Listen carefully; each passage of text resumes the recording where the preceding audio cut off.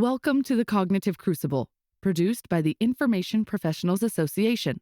Our website is information-professionals.org, where you can find links and information about today's conversation and get access to members-only content.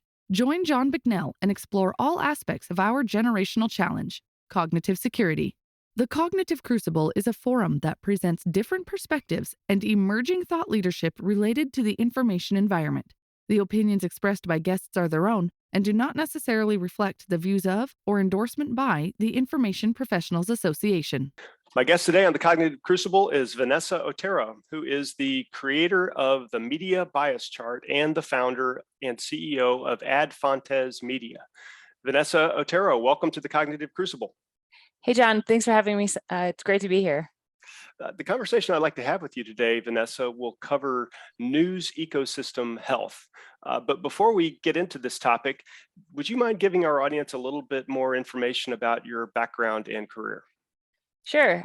I am the founder and CEO of Ad Fontes Media, as you mentioned. But how I got into this space was I was practicing as a patent attorney my total time in practice was about 6 years. And before that, I was in sales. I had a 10-year career in mostly business-to-business sales. When I was practicing as a patent attorney, dealing mostly with software patents, it was the run-up to the 2016 election, and it was really alarming me that friends and family would fight with each other about politics on Facebook in a really vitriolic way, and in one particular way, like they would throw links at each other from really biased and unreliable news sites and videos to prove their points. And I thought, there are various news sources out there. Some are better, some are worse, some are left and right, and some are like really way out there. And I just wanted to talk to my friends and family about media bias and reliability. So being a patent attorney, my job was to explain complex things in both words and pictures. But I knew that pictures just really drove understanding for a lot of people. So I spent a few weeks putting together this initial chart of my analysis of where various media sources landed visually. And I put it online. It went extremely viral, much to my surprise. And for a couple of years, it just became this all-consuming side project. So in the beginning of 2018, I founded this company because I wanted to make it better, more rigorous, involve other people, grow as an organization, and really do something to impact society and our media ecosystem. So that's where we are today. Yeah. And so Vanessa mentioned the media bias chart, and we'll have a link in the show notes so that our audience can go check it out. But once you check it out, you'll be like, oh, yeah, I recognize that. Like you said, I think I first remember seeing it maybe back in the 2018 timeframe. And one of my passions is visual analytics. Mm-hmm. And there is just something about it when something comes together just right. Mm-hmm. There's kind of like a yes Yeah. or something. It's like, yeah, that works, or it inspires curiosity, or Mm-hmm. wanting to check it out more. How did you? Well, you said you did some tinkering, I guess. How did this chart evolve? Well, when I first put it together and had this concept of having, a two-dimensional axis to lay this out visually, I just thought that was sort of intuitive. But the more I dug into it, the more I realized, there's a lot of decisions to be made about a taxonomy like this. People generally, it's a two-dimensional infographic. So, folks just intuitively think, at the top is like good and the bottom is bad and the middle is okay. And that's generally right. And then left and right are left and right. And then things that are more extreme or further out left and right. But to really dive into the taxonomy of what makes a news source good, especially from the perspective of a consumer of information, that took a bit of development. We have an 8-category taxonomy for reliability. So the best journalism is up at the top. So original fact reporting and re-reporting is up at the top. And then below that, there's fact reporting plus analysis. Below that, there's opinion.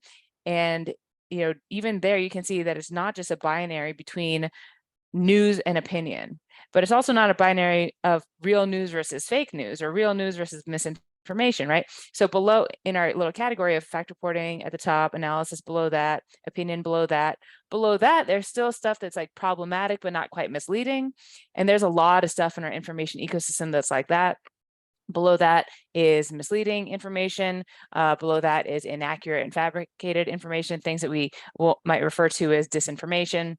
And then from left and right, there's things that are skews left and right, hyperpartisan left and right, and then most extreme left and right. So you can categorize these things, and that developing that taxonomy and what those various categories mean took a while. So my background, I was an English major at UCLA, and in my law career just revolved around structuring arguments and analyzing rhetoric. So that's what helped me develop this taxonomy, and then figuring out a methodology for how to consistently apply that so other folks could do that. Really what it is a content analysis methodology. It's a more in-depth way of making assessments of media than most people commonly use. And one of the most commonly used ways to assess media is by doing consumer opinion polling. Like, do you trust Fox News or do you trust MSNBC? The answer to that question usually tells you more about the respondent than it does about the actual content itself, right? If you say you trust MSNBC, then you're left, and if you say you don't, you're right, So that's the content analysis is just a more in-depth way of looking at that. And I developed it over time. And now I have a whole team of analysts. At first, in 2016, it was just me and a chart. Folks reached out and said, hey, this is very academically rigorous. And I was like, I agree. Let's make it more so. I love school. So let's, now I have a team of over 40 analysts to do this with me. Wow, that's fascinating. I'd love to know more about your methodology. How do you go about analyzing the content? How do you level set or statistically set different categories and make these calls? Is it both art and science? Take that in whatever direction you think will help answer that. Sure. So right now we have nearly 2,000 different news and news-like sources rated. So news, people have this concept of news, but then there's also news-like information like podcasts and blogs and fake news sites that people get their information from. So we rate all of those things, and we rate them in various different formats. So we do online web content, we do TV shows, and individual podcasts as well. So in order to rate any one news source, like the New York Times, for example, or a unreliable source like the Gateway Pundit, we will take a representative sample of articles from that source. Or if it's a TV show or a podcast, we'll take a representative sample of episodes from that. And then with a team of analysts, I mentioned we have 40 analysts on our team. So they get together in like rotating pods of 3. So what it'll look like is they'll be on a shift in Zoom, and one is a center, one is a right, one is a left politically. And they will have a whole slate of articles that they're scheduled to go through and read and rate together. So they'll look at the first article, and we have a blank media bias chart rubric. We have like a software system that they input their scores. And what they're doing is rating individual subfactors for reliability and then individual subfactors for bias. So it's very much like a grading rubric. And that process allows our analysts, we train them in this content analysis methodology on these various subfactors like expression and veracity and the headline and graphic for reliability. For bias, it's things like political position, but also language and in comparison, like topic selection, and omission. There are all these sub-factors that they're scoring, and that's how they arrive at their overall score. So they will read it, they'll rate it on their own, and then they'll look at each other's scores, and then they'll discuss any discrepancies. And because we have the left, right, and center folks on that call, they can talk to each other about what others might have missed or what they saw. But if they're real close right off the bat, they just move on. If sometimes they need to adjust their scores, in very rare cases, we'll have to send it to a second panel.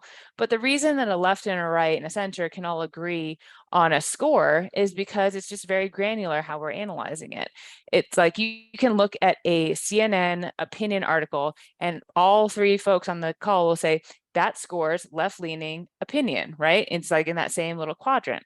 So we've done this now for over 33,000 individual articles and episodes with 3 people each. So it's like nearly 100,000 individual ratings. It's, something like 26,000 person hours it's gone into over the last couple of years. And so all the ratings, if you go to our site, interactive media bias chart, are based, like the overall source score is based on the article scores that roll up into a weighted average. So you can explore our interactive media bias chart and actually look at the individual articles we rated and their individual scores. And we're using that data set now to automate scoring, like with machine learning. And because the scale of how many articles are out there, there's just like millions. There's millions every day. So in order to be able around the world, in order to be able to rate all of them, like our mission is to rate all the news to positively transform society. Obviously, we need to incorporate technology to doing that. But it's really important because these are very sensitive questions of what is true and how biased is something left and right. You have to have humans really heavily involved in rating the important breaking stuff that's coming out. My goodness. Well, all right. So what you've described to this point in your business, let's say, is a fairly rigorous, yes, very structured but human intensive methodology of rating various different articles, news feeds, sources of information. And it sounds like you and your team are meticulously cataloging these efforts so that these human judged articles can then go into some kind of like an automated machine learning scoring of future news feeds. Does that sound about right? Yes, exactly. And this, to my knowledge, the manually scored data set that we have is the largest in the world, because we get emails all the time from folks who are studying like machine learning, artificial intelligence, and trying to create automation around it. I mean, we're not the first folks to think of like, oh, what if you could just automatically detect misinformation? Yeah. It's just that like the tools, the AI, the state of like natural language processing, it's really good at some things. Like it's good at creating content that's very compelling, that looks like it was written by a human, but it's not good at understanding like, is something true or false? It's just the tools aren't really there. They have to be like really custom built, and those have to be built based on manual training data sets, which is what we have. So this is a reason that large companies reached out to us to look at our we're fairly small, but have reached out to us and licensed our data in order to be able to get accurate assessments and evaluations of where news media falls. It's not a matter, there's a reason that like Facebook and Twitter and Google haven't figured out how to automatically detect misinformation or extremely biased content. It's hard to do. Yeah, for sure. How do you guys grapple with the evolving nature of discourse? And so the kinds of things that are being talked about in the way that they're being talked about today are potentially, sufficiently different from the way things were being discussed a year ago or 2 Sure. years ago, or certainly 5 years ago, right? Mm-hmm. How do you, or separate but related question, how do you like circle back and reassess an organization that you previously assessed?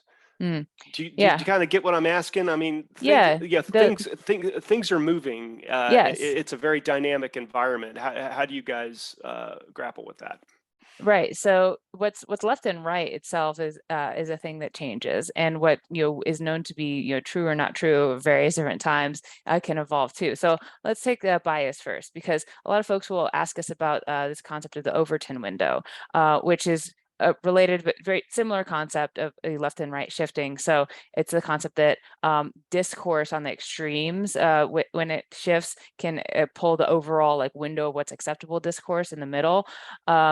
And it's sort of what we're talking about. So like what we measure is like we're trying to measure what the media, like how left and right the media in the United States is right now, as compared to like a really specific baseline, as compared to like what our elected officials left and right stances are, right? So that those stances, like elected officials, contemporary political positions, are different now than they were 8 years ago or 50 years ago, right? So we're not trying to make a value judgment of like the middle is correct. That's not what we're saying at all. Okay, the middle is just the middle. We're trying to like measure like what the media versus like what the like left and right positions of U.S. elected officials are right now. So think about back in like in 1960, like before the Civil Rights Act passed, what was left and right on the issue of should segregation be legal or illegal, right? The position on the right was segregation should remain legal, it should remain. The position on the left was it should not. Segregation should be illegal. So was a correct position back then like this, like centrist or middle or compromise position between the two? No, right? There over time, the better arguments went out, and we said as a society, like segregation is wrong, and then we moved past that. So like that window has shifted. This is not a legal podcast, but in legal speak, you could Mhm. almost consider that to be like settled law, Yeah, meaning exactly. like most reasonable people Hmm. agree with that. Right. Yeah. And it's it can be like drastic or subtle, and folks on the left and right always think that the other side is the one moving the goalposts, right? So and you can think of examples like for like same-sex marriage, like legality, right? In before 2015, it was like a in 2008, when Barack Obama ran for the first time, that was like a hyper partisan left position. It was not held by mainstream Democrats, right? But then in 2015, it became the law of the land, right? And so now you have Republicans who are voting for like to codify federal marriage equality now. So that shifts. On the right, folks will look at examples of like, well, our most it was our most right leaning elected members of Congress, just a couple of cycles ago, none of them believed in QAnon. However, now some of them do, right? So that shifts a thing, and that's a little bit scary for folks, but it does shift. How do we stay on top of this as analysts? Well, we're reading this stuff all the time. Like being a human in the like and consuming lots of different news content across the spectrum all the time makes us aware of changes in the terminology and the discussion. Like if you like now you could program a machine learning algorithm to detect like if they refer to like woke or CRT or BLM. I mean, 5 years ago, those words were not political words, right? So though the language shifts very quickly, which is one reason why you always have to have humans involved in any kind of automated machine scoring. And you asked a question about like how do we go back and reassess articles. and or news sources. So we're always updating, especially like our most popular news sources. We're always adding new articles to that sample. We also do a thing where we go back and look at like accountability, especially of reputable news sources, because one of the complaints and one of the reasons for distrust in reputable news sources is that they'll make mistakes and have to issue corrections or retractions. And some folks, folks will complain about that on an ad hoc basis, like, what about this article from the New York Times, or what about this thing from the Wall Street Journal, right?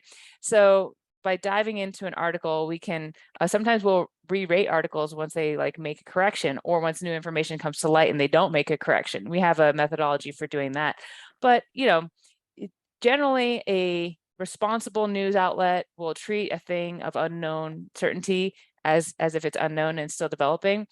What you'll see is like the unreliable sources will take a piece of uncertain information and just like make really bold predictions about that, and predictions are not news. So that's one way to distinguish. Somebody is saying, well, we're ahead of the news, like we broke this before anybody else. Like that's not necessarily an indicator that they're a reliable source.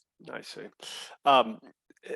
I can imagine that there are occasions when an organization or an outlet might not be too happy about where they land on this chart. Is it common for organizations to engage with you guys and be like, hey, Vanessa, what can we do different so that we're not plotted at this spot? Or anyway, do you have any stories along those lines? Yeah, I mean, I won't like go and name Sure. names, but Yeah.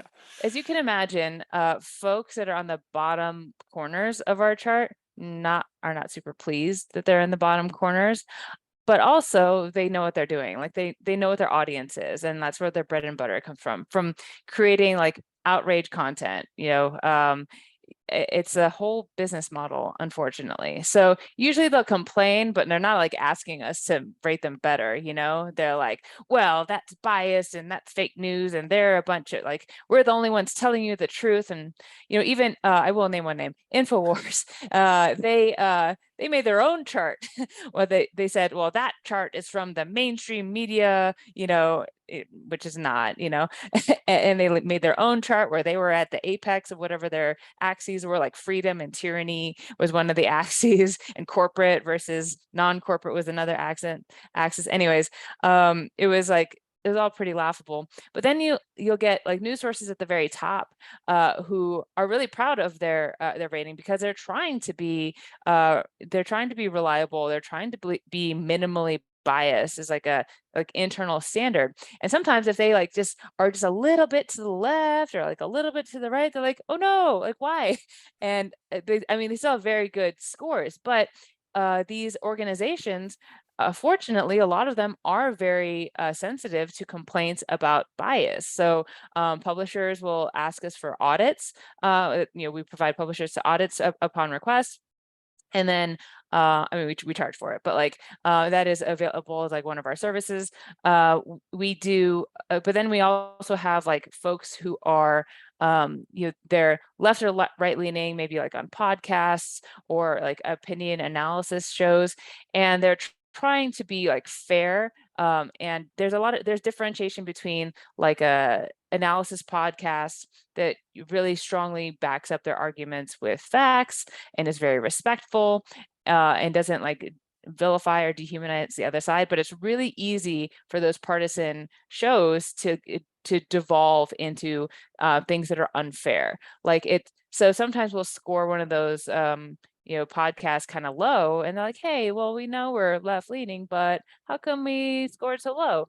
And we can look at our notes and it's like, well, you called this particular candidate a piece of whatever. A bunch of like vilification and ad hominem attacks, and that's not that drops it down for reliability. It's just evolving into schoolyard insults. So they do ask us, and we're really pleased that folks, that certain parts of publishers in the news landscape wants to be better, but then there's like this set of the news landscape that we rate, and they don't they don't really care that we rate them. We're just doing this for our other stakeholders, people who rely on our chart, advertisers, social media companies, et cetera. I see. So how does this map over into society? I'm a business owner. Mm-hmm. I'm a yoga instructor. I'm a school teacher. Mm-hmm. I'm a parent. You know, Mm-hmm. what's the so what that everyday citizens should Mm-hmm. be, sitting up in their chairs and paying attention to here, do you think? Well, a few things. I mean, how many of us have a relative that we don't talk to anymore because of politics? I mean, this is more and more common these days because we're living in this new this information environment, which I'm sure your audience thinks about and talks about all the time.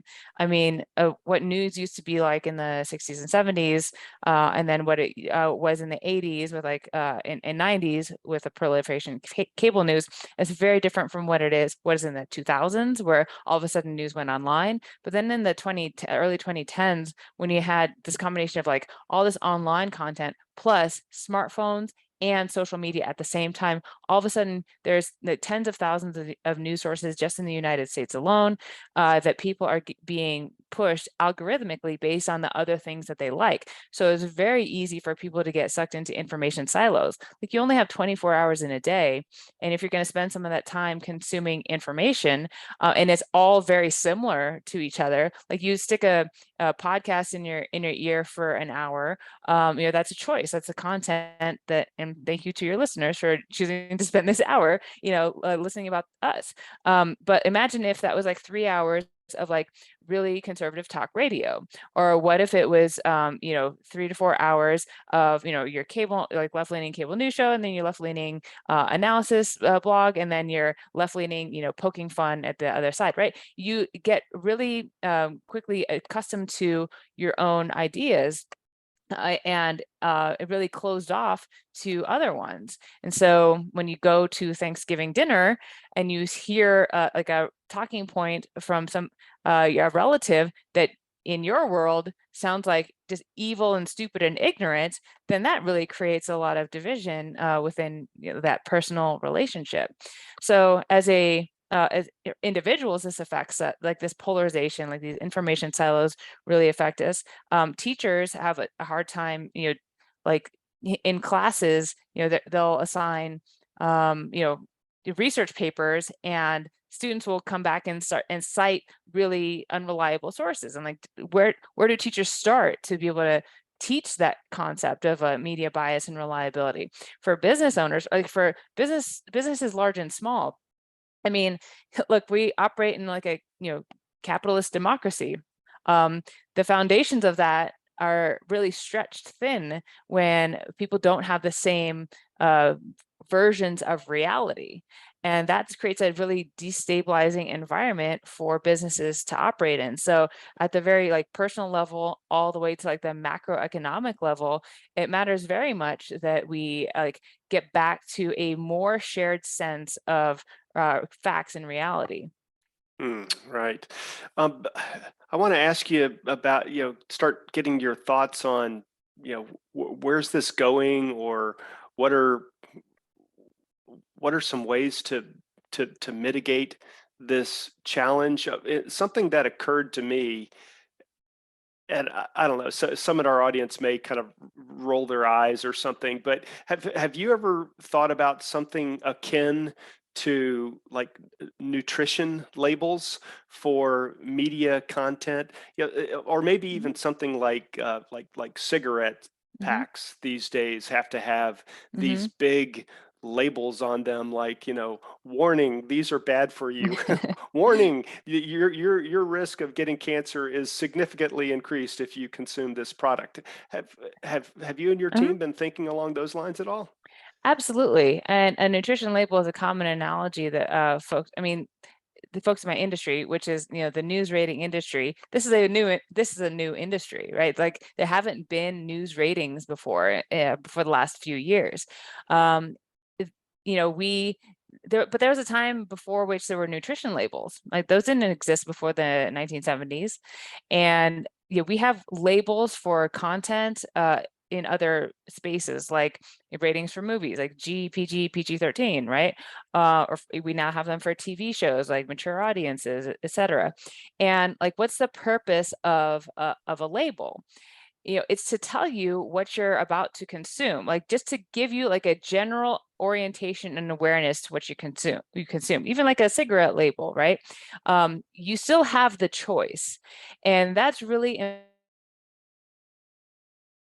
important because Americans don't love things being mandated, right? Also, there are constitutional limits, I think, which are a good thing, especially First Amendment limits on the government being able to say like what you can and cannot consume in terms of like media content. That's a great thing. That limits any kind of like governmental regulation. People are like, what do we do about misinformation? Well, our government, for better and worse, is not able to do much about it.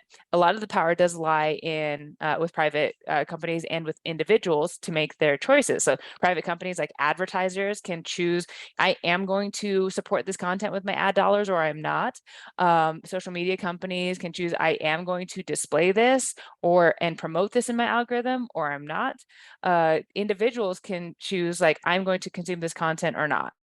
So, Hmm. Hmm. to put a label, so imagine that on your social media feed, you had this, you could click on information about a particular article, and you could see where that article was rated, like left, right, reliable, unreliable, just generally in that area on our chart, right? That would give you information, and you could still make the choice to consume that content, right? But if over time you saw that all of the content that you're consuming is like hyper partisan left or hyper partisan right, and it's low in reliability, that might inspire people to make better choices about the content they consume. Like, not everybody, certainly, but think back to, before we had nutrition labels, we just didn't even have the capability to make those choices. Now, nutritional information is like on every menu of large restaurants across the country. We have a lot more choices in terms of healthy content today than we ever did in the past. And so I think junk news is a lot like junk food. Just by labeling it and putting that information at the point where people consume it, the information ecosystem as a whole can get much better. Wow. Yeah, as you're describing those dynamics, yeah, I keep coming back to cigarettes, I think, because Mhm. it offers a use case that most people can understand, and Mhm. it's far enough in the past, like the debate Mhm. over whether cigarettes are cancerous or they're bad Right. for you. I mean, that Mhm. debate, which was going on, I guess, I don't know, the 50s, 60s, Mhm. 70s, Mhm. uh, at that time, the jury was out, right? Mhm. As to it was not quote unquote settled Right. debate, right? And of course, you've got big powers and Mhm. corporations that are lobbying for various Mhm. different perspectives. It's Mhm. kind of like it is today in this media landscape that you're describing. It's uh, it's a new analysis space. It's a problem that is manifesting in a way that it hasn't in the past. Mhm. But unlike the cigarette topic, Mhm. which was you can isolate that to like lighting tobacco on fire and inhaling it. Mhm. That is the question, right? But Mhm. here in this moment in time, we're talking about technological Mhm. advancements. We're Mhm. talking about proliferation of Mhm. information outlets and news Mhm. sources. We're talking about an ecosystem that is morphing as we Right. speak. I mean, Mhm. all of these things are being grappled with simultaneously. So, Mhm. I guess my point is, and what I want to ask you to comment on is the complexity of Mhm. this environment Mhm. compared to, say, like the Yeah. cigarette debate of Right. a couple of decades ago. What are your thoughts about all that? That's an excellent point. Like the analogy doesn't hold as well for cigarettes because it's like a more discrete thing, like inhaling tobacco, or you could expand it to chewing tobacco or Oh, sure. secondhand Okay. smoke or whatever, right? Sure. But beyond those cases, it was like yes or no, does this cause cancer? Like, is there like we can study this? And I'll go back to the junk news example because I think it's more fitting because that's a ecosystem where there's a lot of complexity and incentives, right? So think about like let's say that the news landscape is like really like food, and at the top is like your healthy stuff, is like lean meats and proteins and like vegetables, and like below that is that's your fact reporting, and then your analysis right below that is like your healthy carbs. You need them. They give you like fuel, but consume those in moderation. And then below that you've got like opinion. And opinion is it's like donuts and fries. It's very satisfying. We crave it. It feels good. But a lot of our cable news is like that. It's like the donuts and fries of the news landscape. Like it's food and like won't kill you, but like if you just sit there and consume it for a long time, it is bad for you. Like kind of rots you. And then below that is like the stuff that's worse than that. It's like cigarettes and booze. And then below like fake news would be like drugs or whatever. Okay. Yeah. Right. So people love donuts and fries for a lot of reasons. Like physiologically, it just feels good. Like there's this like positive reinforcement system to eating stuff like this high fat, sugar, and salt. Just like there is a reinforcement mechanism to consuming content that you agree with, just like dopamine hits, confirmation bias. Like we love that. We just get to sit there and be right about it all the time. However, you keep doing that and has detrimental effects for your relationships with others, your ability to compromise, you're able to see reason, and all that stuff. So like what are the circumstances that keep this in place, like the incentives societally? Well, there are a lot of things that keep it in place. One, people want it, right? Two, the people who create it can do so very profitably, right? If you're a donuts and fries manufacturer, you just like keep packing fat, salt, and sugar in everything, and it's cheap for you to make, and it's super profitable. Why would you change? You're just giving the people what they want, right? In the same way, it's like cheap and easy to like have a bunch of like opinion pundits on your cable news show for hours and hours and hours on end, not really feeding any people any like real news, just a bunch of like bias confirming opinions. Cheap, easy is what people want, right? How do we break out of those like structures? How do we break out of these incentives? Like you have to be able to see that long term the effects are not worth it, right? You have to be able to see that like it's better for me as a consumer to consume the like better food, for your diet. It's better for me as a consumer to consume the better news content, right? The stuff that's just like real, like factual information that I can make decisions with my life upon. And so, but the manufacturers have to be able to respond to that that demand. So it's like a complex interplay between the producers and publishers, the consumers themselves, and then the intermediaries in the ecosystem, which are like the social media companies and the advertisers, right? So it's turning around an aircraft carrier, but that's why like the nutrition label is very much the thing that sits in the center of it, like our news rating is the thing that sits in the center of it. It's a basis from which to make choices. Where's all this going? If you could like look forward 1, 3, 5 years or something like that, Mhm. where do you think this new media analysis and labeling space is going?